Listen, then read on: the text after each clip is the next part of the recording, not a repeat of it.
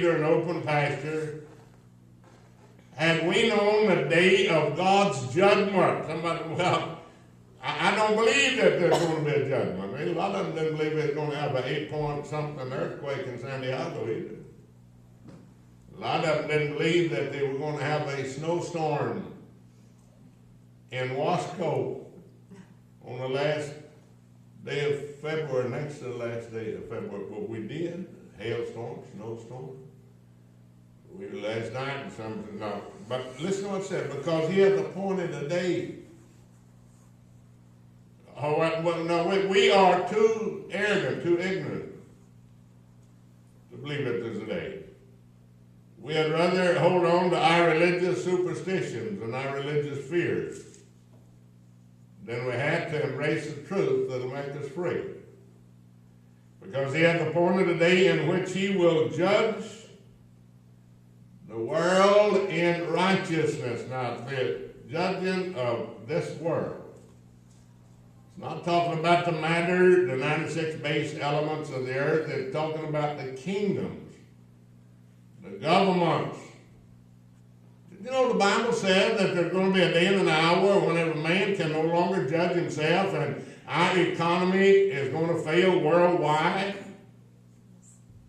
My wife and I have had the privilege of being in Greece 2 or 3 different times. Beautiful place. You know what's happening there this morning? Their economy is failing. They are now in the verge of a country going bankrupt. He will judge the world in righteousness by that man whom he hath ordained. What man? He said here that this doctor, great theologian, a well-acclaimed theologian, what's in a name? A lot when it is Jesus Christ. Glory to God. Jesus the Christ. Listen to what the Apostle Paul is stating here to these people that were in Athens and they were worshiping an unknown God. They said, well, you can't know God. You're foolish to put forth an effort. Well, that drive you to a psychiatric care, to a mental institute if you try to know God. I know Jesus the Christ. Listen to what it said. By that man whom he hath ordained. Our government's in good shape this morning, isn't it? Greatest nation on the face of the earth. You better hang on to those slogans because they're getting shaky. Don't make a difference to me whether you're Democrat or Republican, both sides. If you heard that health debate the other day, it showed so much stupidity. Why? The government shall be on his shoulders. Well, how can we say the government's on his shoulders and don't even know who he is? That's what it said. He hath ordained whereof he hath given assurance unto all men, and that he hath raised him from the dead. He hath given assurance. How do we get this blessed assurance? It's not a feeling. All this religious feeling, and it's good to feel good. I'd a whole lot rather feel good than I had to feel bad. But if you like that one girl that was laying under for 11 days in Port-au-Prince, Haiti, under all that rubble, you know what she said she did for 11 days? Cried out to God. You know what most people are doing? Oh, God, I don't deserve this. Listen to what it said. That he has chosen a man that at a certain day is going to judge the world in righteousness by that man that he hath ordained. Well, he hath given assurance unto all men, and that he hath raised him from the dead. And when they heard of the resurrection of the dead, now that's what Easter's about. When they heard of the resurrection of the dead, some mocked and others said, we will hear thee again of this matter. So Paul departed from them. Passover, Ash Wednesday, Lent, Atonement, Good Friday, Easter, Pentecost. We use those words and understand very little about them. Ignorance. Well, according to Webster, that ignorance is chosen. We choose to be ignorant. How could we possibly choose to be ignorant? Now, in the Greek, it's agnoia. Not to know through lack of information or intelligence. How is it that we would choose to be ignorant? Now, when we come to church, we don't want to learn anything. We want the preacher to tell us how grateful God should be because we have taken a little time out to acknowledge Him. You can go ahead and get mad at me. I don't really care. I'm already too old to worry about it. Amen. Chosen ignorance. Last night, my wife and I were in a group of what was called and is called 210 of the most prestigious leaders of Kern County at the Petroleum Club. All locked up, black tie.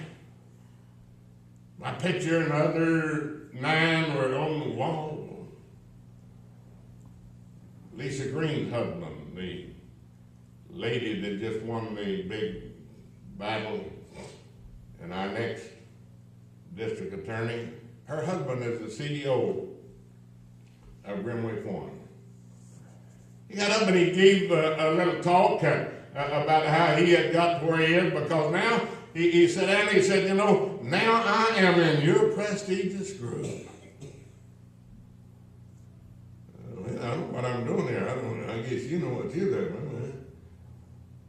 But in his closing remarks, he said, you know, we've sat here with all of this pomp and ceremony and had this big, beautiful state. He said, I just left this afternoon the homeless center. Said, I want this to be my last statement, and said, I know right now you don't want to hear this. But I want to say it, and I want you to lay your head on the bed tonight and think about this great gathering of all these prestigious people here tonight. And I want you to think about the homeless center that is sleeping right now. 150 people trying to get them in out of the weather. 96 of them are children below the age of 12. He said, after you get through reminiscing about this party tonight, I want you to go to sleep with that on your mind and wake up in the morning and write out a check. There are certain things we want to be ignorant of. We don't want to be knowledgeable of 96 children living in a homeless situation. Now see, what Paul was telling these people in Athens, Greece, and on Mars Hill, he said that I have watched you as you have given offerings and worship to an unknown God, and I want to tell you who He is. Well, I don't think we want to know who He is. Amen? Oh, you ought to be more like Jesus. Okay, go sell everything you've got and follow Him. Oh, well, that's not what I want to hear. John 4:22.